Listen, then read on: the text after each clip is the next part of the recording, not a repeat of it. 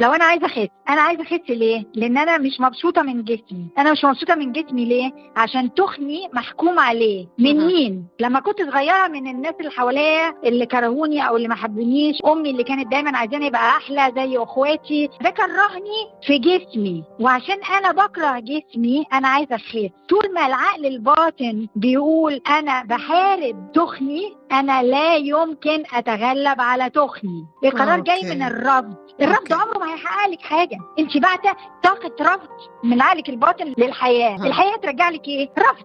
اول حاجه لازم اقبل جسمي. اقبل يعني ايه؟ لما انا اقول اقبل الناس مش فاهمه انا بقول اقبل يعني ايه. اقبل مش معناها ان انا ما اعملش حاجه، معناها ان انا اقول ايه؟ انا هبطل انكر ان جسمي تخين، هبطل اعافر معاه، هبطل افضل متضايقه منه، علشان اقدر ابتدي اشوف هو عايز يقول لي ايه بالتخن. التخن ليه وظيفه في حياتي، فانا لازم الاقيها. لما الاقي ده انا وصلت للغز، افكه. لما افكه اي رجيم او اي حاجه بعملها هتجيب نتيجه.